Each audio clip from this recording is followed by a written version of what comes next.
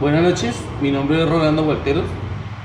En la noche de hoy les vengo a hablar sobre las características que tiene el suelo. El suelo está compuesto por minerales de materia orgánica y diminutos organismos vegetales y animales. El aire, el agua y la capa delgada que está formando muy lentamente a través de los siglos. Con la descomposición de las rocas, la superficie y la acción del agua, los cambios de temperatura y el viento, las plantas y los animales se crecen y mueren dentro y sobre el suelo, descompuesto por microorganismos y transformados en materia orgánica mezclados con el suelo. En el suelo se multiplican miles de formas de vida, la mayoría invisibles por nuestros ojos. En una hectárea de tierra fértil puede contener más de 300 millones de pequeños invertebrados, insectos, arañas, lombrices y otros animales diminutos. La tierra que cabe en una cuchara puede encerrar hasta 1 millón de bacterias, además de cientos de miles de células de levaduras y pequeños hongos. Las propiedades físicas y químicas del suelo, unidas a los factores climáticos, y determinan los vegetales, animales y pueden desarrollarse en forma que se debe cultivar la tierra. Las propiedades químicas del suelo dependen de las proporciones de los distintos minerales y sustancias orgánicas que lo componen. El contenido de nitrógeno, fósforo, potasio, calcio, magnesio debe ser abundante y equilibrado.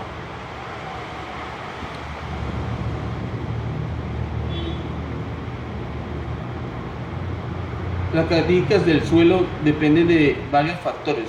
Los más importantes son el tipo de la roca que lo originó, su antigüedad, el relieve, el clima, la vegetación, los animales que viven en él, además de modificaciones a causa por la actividad humana.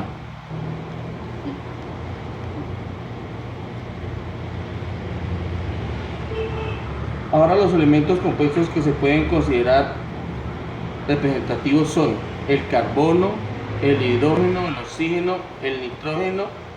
Son macronutrientes que se requieren en grandes cantidades, que tienen funciones estructurales en la tierra y además de carbohidratos, lípidos, proteínas, ácidos nucleicos.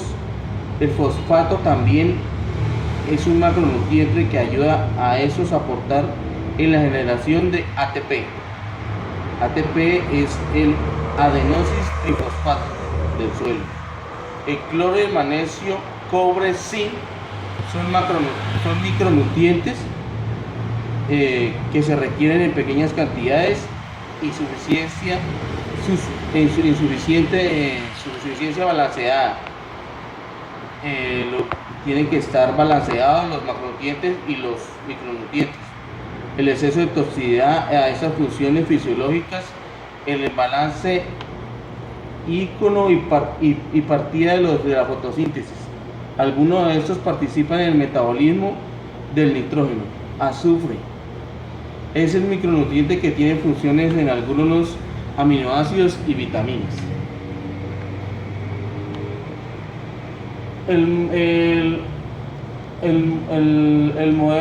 La moderna forma de algunas enzimas que intervienen en el metabolismo del nitrógeno.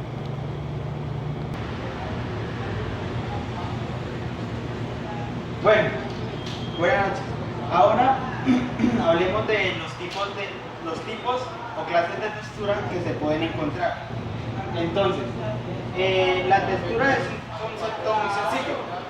Un suelo está compuesto por partículas cuya clasificación por tamaño se divide principalmente en tres: arenas, limos y arcillas.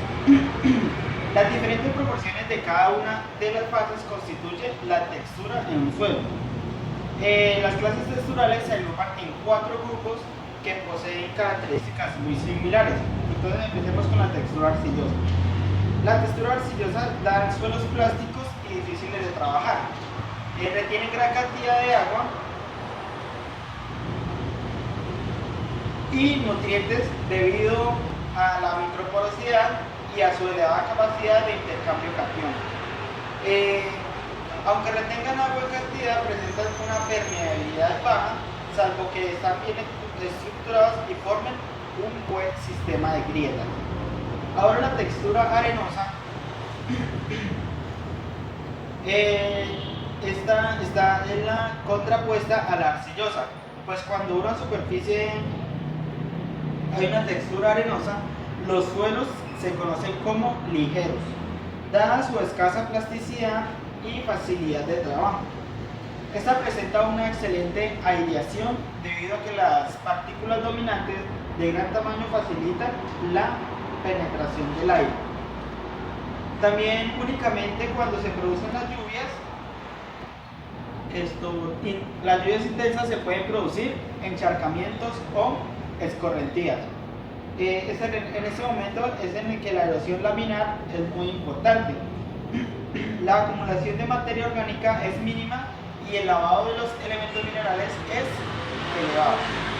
Ahora la textura limosa, que presenta la carencia de propiedades coloidales y formadoras de estructura, formando suelos que se apelmazan con facilidad, impidiendo la alineación, la aireación y la circulación del agua. Es fácil la formación de costras superficiales que impiden la emergencia de las plántulas.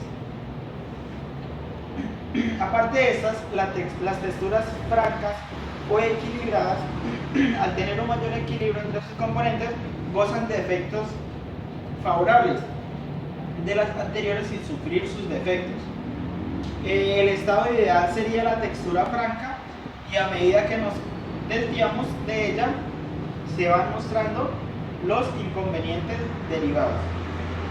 Ahora vamos a explicar cómo se determina la textura a partir del triángulo textural. Entonces, el triángulo, primero que todo, para medir la textura de un suelo existen varios métodos. La gran mayoría de ellos consisten en pruebas físicas conocidas como caseras de cohesión entre partículas, para hacernos una idea aproximada sin cuantificar qué porcentaje de cada fase. Y las fases son las que ya habíamos nombrado antes, que son arena, el limo y arcilla. El diagrama textural es un triángulo equilátero en el que cada lado de este se sitúa una fracción cuyo valor 0 corresponde al 100 del siguiente. Siempre se mueve el movimiento, siempre se sigue el movimiento de las manecillas del reloj, es decir, por esta parte el porcentaje de esta parte va a entrar de esta manera.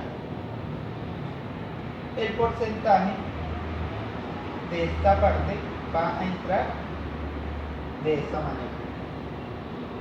Y el porcentaje de esta parte va a entrar de esta manera. Pausa. Bueno, entonces los porcentajes de esta parte, que son arcilla, de esta parte, que son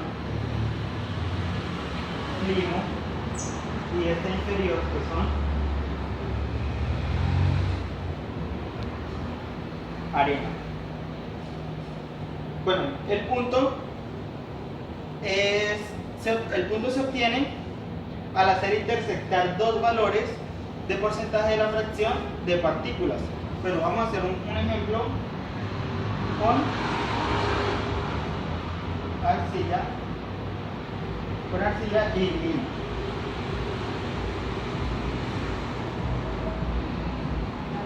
La intersección de dichos puntos se obtiene al trazar una recta desde una fracción textural a la otra fracción en función de los porcentajes. Entonces vamos a tener 50% de arcilla y 30% de limo. Entonces lo que hacemos en este triángulo es marcar hasta encontrar los puntos. Entonces arcilla, que va en esta parte y entra de esta manera, se va a marcar así.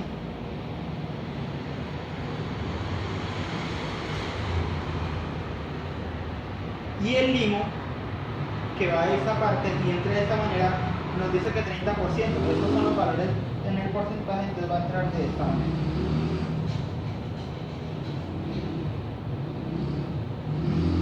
Entonces vemos que el punto de encuentro es acá y ese punto queda entre la parte del número 1 y el número 1 nos dice que es una textura arcillosa.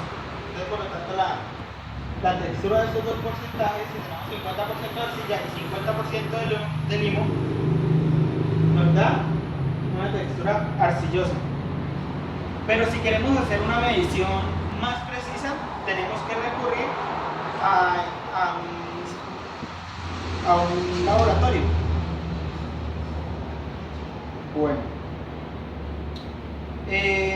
ahora hablemos de los compuestos de nitrógeno, azufre y carbono que se encuentran en el suelo, que Denis nos va a contar. Bueno, vamos a hablar entonces ahora de los compuestos del nitrógeno, del azufre y el carbono que se encuentran en el suelo. Pues en cuanto al nitrógeno, la cantidad de nitrógeno que hay en el suelo es muy baja, en contraposición de lo que consumen los cultivos, que pues obviamente es muy alta. El nitrógeno favorece para el crecimiento vegetativo y gobierna en las plantas el uso de potasio, fósforo y otros componentes.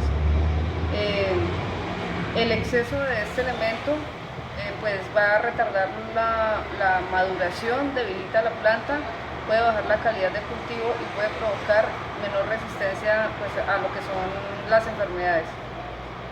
El nitrógeno se encuentra en distintas formas en el suelo, aunque es absorbido por las plantas en microorganismos como nitrato o el amonio. Debido a que su solubilidad de los compuestos nitrogenados es alta, su disponibilidad para las plantas y microorganismos normalmente también es alta bajo determinadas condiciones. Por ejemplo, si el estado de oxidación pues obviamente se encuentra en lo adecuado. Las entradas de nitrógeno al suelo se forman bajo lo que es la fijación biológica. Este proceso consiste en capturar el nitrógeno del aire en forma de nitritos y transformarlo en amoníaco y en amonio. Las pérdidas de nitrógeno se dan en forma de lixiviación, volatilización, cosecha y pues erosión. El mayor reservorio del nitrógeno en el suelo se encuentra en los microorganismos que lo habitan, como lo son las bacterias, los hongos y pues otros microorganismos. Ahora vamos a hablar de lo que es el azufre. Las bacterias incoloras del azufre oxidan azufre o compuestos reducidos de azufre. Son bacterias aerobias obligadas que ya necesitan oxígeno para la oxidación. Son las responsables de la transformación del sulfuro de hidrógeno procedente de la descomposición de la materia orgánica. El sulfato es asimilable por las plantas, con lo que cierran el ciclo del azufre. En cuanto a lo que es la producción del sulfato, se origina en condiciones extremadamente ácidas con un pH inferior a 2. Es excepcionalmente resistente a estas condiciones y se encuentra en la naturaleza en ambientes muy ácidos. La capacidad de las bacterias oxidadoras de azufre para producir ácido sulfúrico se utiliza a veces en la agricultura para corregir suelos alcalinos. Con el arado se introduce en el suelo azufre en polvo, pues que las sulfobacterias presentes de manera natural en el suelo pues son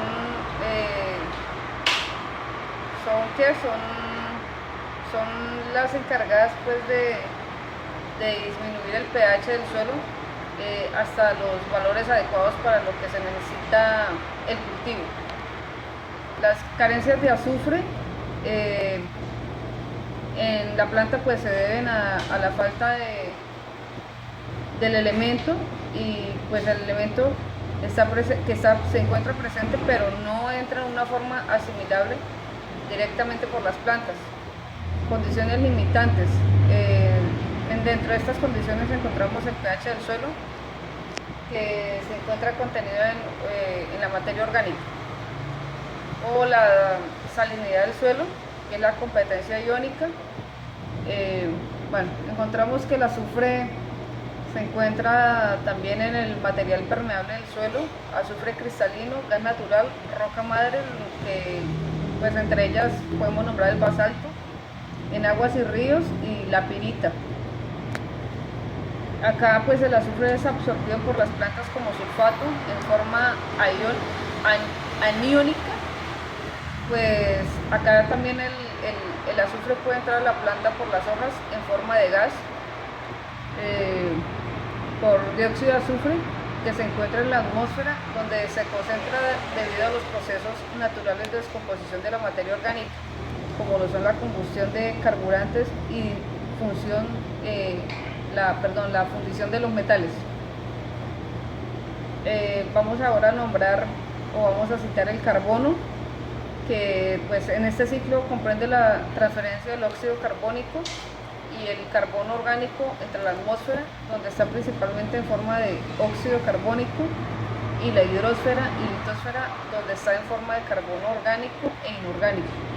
El proceso de fijación de carbono atmosférico se produce por microorganismos fotolitótrofos y quimiolitrótrofos. Acá pues el carbono fijado se reduce, que se reduce, vuelve a la atmósfera como resultado de la respiración. La formación del metano por bacterias metanógenas es una desviación del ciclo, pues esto es llevado a cabo por las arqueobacterias, donde el metano no es utilizable por otros organismos. La principal fuente del metano atmosférico es la biógena, y dentro de ella la producción de este gas durante el proceso de fermentación que tiene lugar en el rumen de los herbívoros. En cuanto a las relaciones tróficas, el carbono es fijado por los productores primarios, que son la producción primaria bruta, que pues comienza a ser consumida por los propios productores primarios y mineralizado por ellos al óxido carbónico. Pues de eso solamente una parte de la producción primaria sirve de alimento para los productores secundarios, y así forman cadenas tróficas. La mayor parte del carbono se pierde en forma de óxido carbónico, por lo que conforme se asciende en la cadena trófica, la cantidad de biomasa es mejor. Pues por otra parte, el balance entre el carbono fijado por la fotosíntesis y el consumido durante la respiración da lugar a una acumulación o reducción de la biomasa total del ecosistema. Normalmente, entre el 85 y el 90% de la energía acumulada en forma de carbono orgánico en un nivel trófico es consumida por la respiración durante la transferencia del siguiente nivel.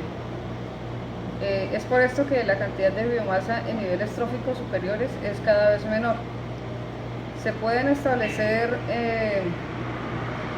cadenas tróficas de materia viva, como lo son los organismos depredadores, y las cadenas tróficas de materia muerta, que es el detritus, en la que la actividad de los microorganismos conducen a la mineralización, que es la producción del óxido carbónico, o a la reinserción en el ciclo, que es la formación de biomasa por organismos consumidores de detritus biológico del material inutilizable. Los microorganismos son los principales responsables de la mineralización de la materia orgánica de los detritus. Los distintos productos orgánicos tienen diferentes tasas de mineralización por los microorganismos. Asimismo, la velocidad de la mineralización microbiana tiene una gran influencia el pH, la temperatura, la humedad y el grado de aireación del suelo, factores que influyen también en los tipos de poblaciones microbianas que van a desarrollar los respectivos procesos. Muchas gracias.